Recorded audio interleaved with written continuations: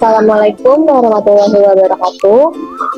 Di sini kami akan mempresentasikan materi pertemuan 12 mengenai kesiapan Indonesia menghadapi pasar global yang disusun oleh saya sendiri, Anita Putri Riyadi, ada teman saya Putriani Imanuddin, kemudian Hidayanti Anatia Bastari, Lia Rosida, Haironisa, dan juga Irfan.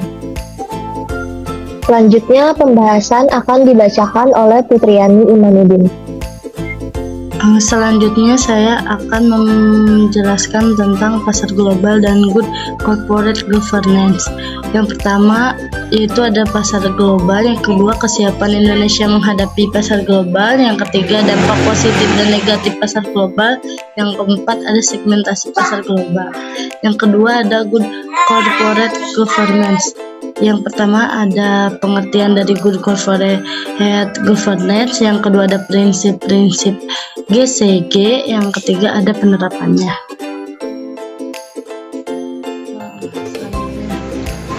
Pasar global itu apa sih? Nah, di sini saya akan menjelaskan pasar global adalah sebuah pasar yang transaksi antara penjual dan pembeli melingkupi cakupan dunia dari satu negara ke negara lain. Beda halnya dengan pasar lokal yang jalur distribusinya hanya mencakup satu negara saja. Kemunculan pasar global dilatar belakangi oleh negara yang memiliki sumber daya alam terbatas. Setidaknya ada 4 faktor terjadinya pemasaran global, yakni perbaikan komunikasi dan transportasi, teknologi, perjanjian ekonomi regional, serta perkembangan ekonomi dunia. Maka demi memenuhi kebutuhan produknya, terjadilah transaksi impor, yaitu membeli barang dari negara lain. Sebaliknya ada transaksi ekspor. Ketika terjadi permintaan dari untuk memenuhi kebutuhan negara tujuan, pemasaran global adalah pemasaran berskala seluas dunia. Oke, selanjutnya akan dilanjutkan oleh Hidayanti. Halo, saya Hidayanti Anatia Bastari. Di sini saya akan menjelaskan bagaimana Indonesia menghadapi pasar global dan dampak persaingan pasar global. Oke, bagaimana sih Indonesia dalam menghadapi pasar global? Nah, Indonesia ini menjadi salah satu negara yang turut ikut serta dalam kerjasama ekonomi antar negara. Dapat dibuktikan dengan adanya kegiatan ekspor-impor yang dilakukan oleh Indonesia. Nah, apa aja sih kerjasama ekonomi yang diikuti oleh Indonesia? Yang pertama tuh ada ASEAN. Kalian pasti tahu, Association of Southeast Asian Nation, terus ada APEC atau Asia Pacific Economic Cooperation, terus ada juga yang namanya tuh AFTA. AFTA tuh kayak perdagangan bebas di kawasan ASEAN ya. So, kepanjangannya ASEAN Free Trade Area, dan masih banyak lagi kerjasama yang diikuti oleh negara Indonesia. Masih ada kerjasama bilateral, multilateral, dan kerjasama regional, dan masih banyak kerjasama ekonomi yang diikuti oleh Indonesia ya. Terus, bagaimana nih Indonesia di pasar global ya? Dalam menghadapi persaingan di pasar global, sebenarnya Indonesia tuh berpotensi untuk bersaing di pasar global ya. Terbukti dengan adanya produk-produk lokal, produk-produk dari Indonesia yang sudah mendunia. Itu kayak ada Indomie ya. Indomie ini masuk ke dalam mie terenak di dunia. Itu saya pernah baca artikel. Terus ada tolak angin dari PT Sido muncul. Terus ada permen Kopiko. Terus ada batik ya, batik sekarang mendunia, dan lumayan banyak juga nih artis-artis Hollywood, artis-artis luar negeri yang menggunakan batik untuk menghadiri acara-acara besar. Itu saya juga pernah lihat di beberapa artikel. Terus yang lagi nge-hype sekarang tuh ada brand Erigo ya. Erigo tuh brand fashion. Dan pernah ikut acara Fashion Week di New York. Sekarang itu lagi nge-hype banget nih di zaman-zaman industri 4.0 ini. Tapi sepertinya Indonesia ini masih belum cukup bersaing nih dalam bidang teknologi, informasi, komunikasi, atau elektronik ya. Karena pasar global ini masih dikuasai oleh negara-negara maju seperti Amerika Serikat, Jepang, Korea, China, dan mereka ini masih menjadi negara ekspor terbesar mungkin di dunia. Nah, Indonesia masih belum cukup mampu untuk ikut bersaing dengan negara-negara tersebut. Masih belum cukup mampu untuk persaingan yang lebih ketatnya lagi ya. Bagaimana nih Indonesia bisa mampu bersaing dengan negara-negara maju dan bisa ikut bersaing di pasar global secara ketat dan bisa ikut bersaing secara lebih ketat di persaingan pasar global ini.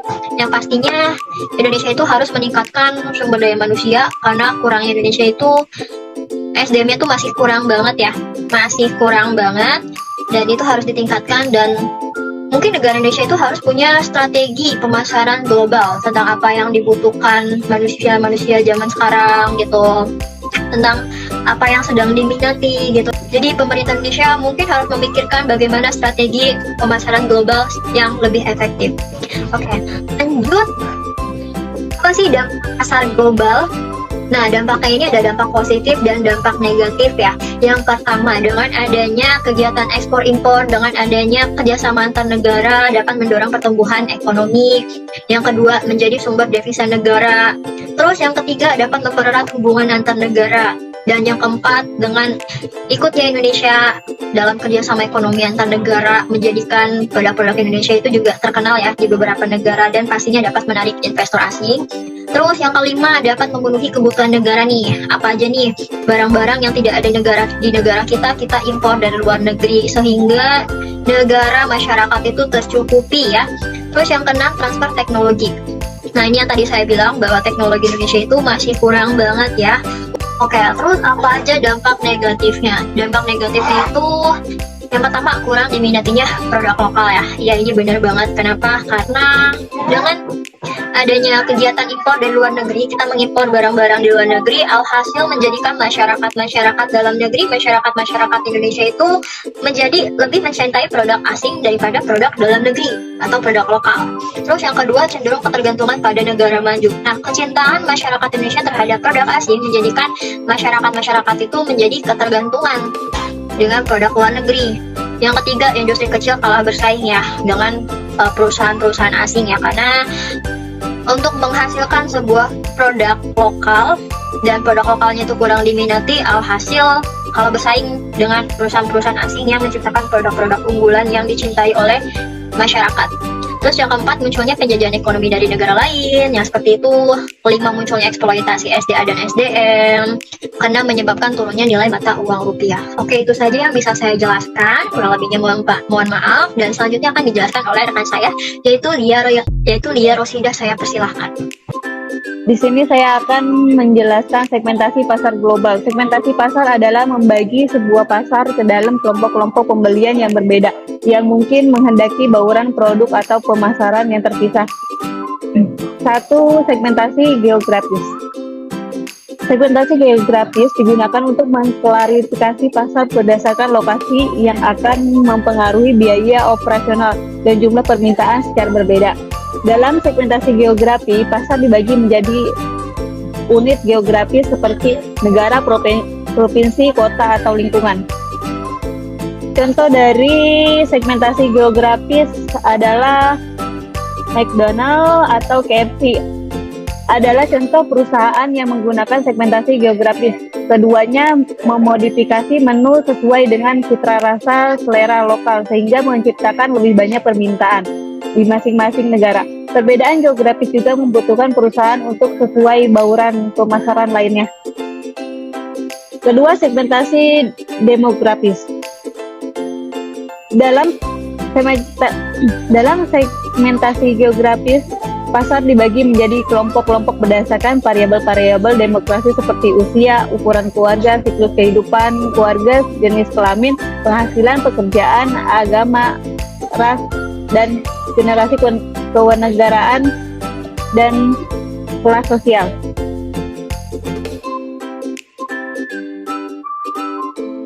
Tiga, segmentasi psikografis. Segmentasi psikografis menggunakan dasar ilmu psikologi dan demografis guna lebih memahami konsumen. Konsumen dibagi menjadi berbagai kelompok berdasarkan sifat psikologis atau kepribadian, gaya hidup, atau nilai. Keempat, segmentasi perilaku. Segmentasi perilaku memicu pada pengelompokan konsumen berdasarkan tingkah laku terhadap produk bisnis yang ditawarkan, mulai dari sikap, pengetahuan, reaksi atau respons, loyalitas, serta penggunaan produk terkait dari seorang pelanggan. Dan good governance akan dibahas oleh Ipan. Saya Irfan, di sini saya akan membahas apa sih good governance. GCG merupakan prinsip-prinsip yang diterapkan di perusahaan untuk memaksimalkan nilai perusahaan, meningkatkan kinerja dan kontribusi perusahaan, serta menjaga keberlanjutan perusahaan secara jangka panjang.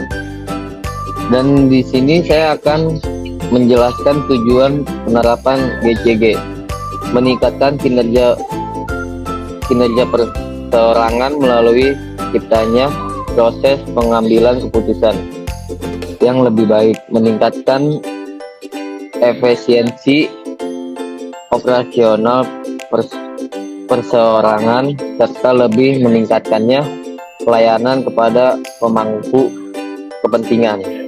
Ya, saya di sini akan menjelaskan prinsip-prinsip good governance. 1.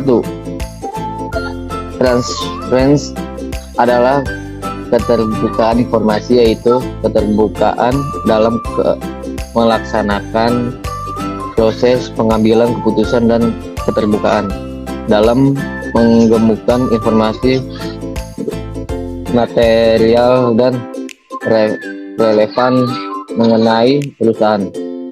2. Akuntabilitas adalah yaitu kejelasan fungsi, struktur, sistem, dan pertanggungjawaban organ perusahaan sehingga pengelola perusahaan terlaksana secara efektif. 3.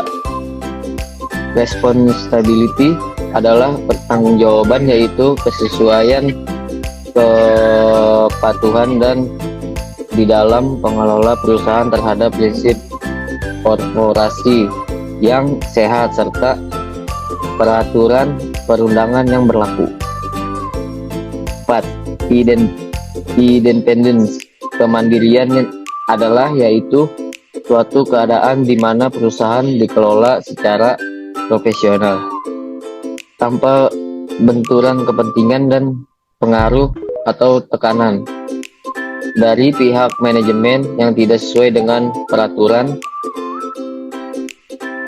dan perundang-undangan yang berlaku, dan prinsip-prinsip korporasi yang sehat.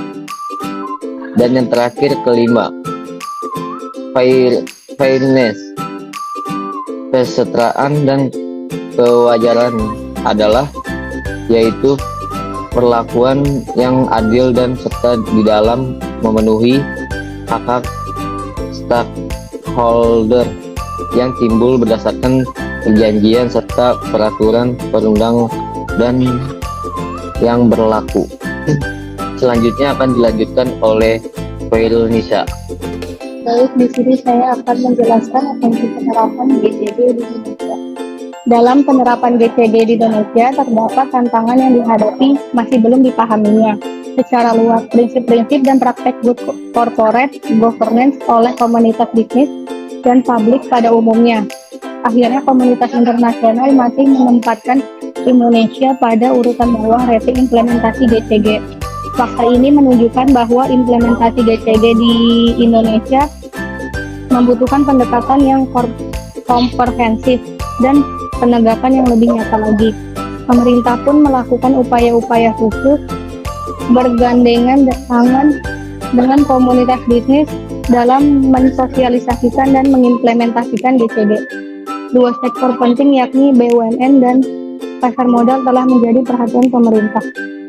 Aspek baru dalam implementasi GCG di lingkungan BUMN adalah kewajiban untuk memiliki Statement of Corporate Intent. SCI pada dasarnya adalah komitmen perusahaan terhadap pemegang saham dalam bentuk suatu kontrak yang menekankan pada strategi dan upaya manajemen dan didukung dengan Dewan Komisaris dalam mengelola perusahaan.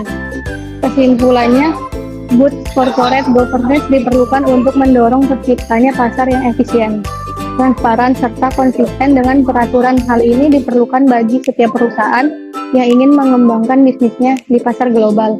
Tanpa adanya good corporate governance yang baik, suatu perusahaan tidak dapat mencapai target usahanya.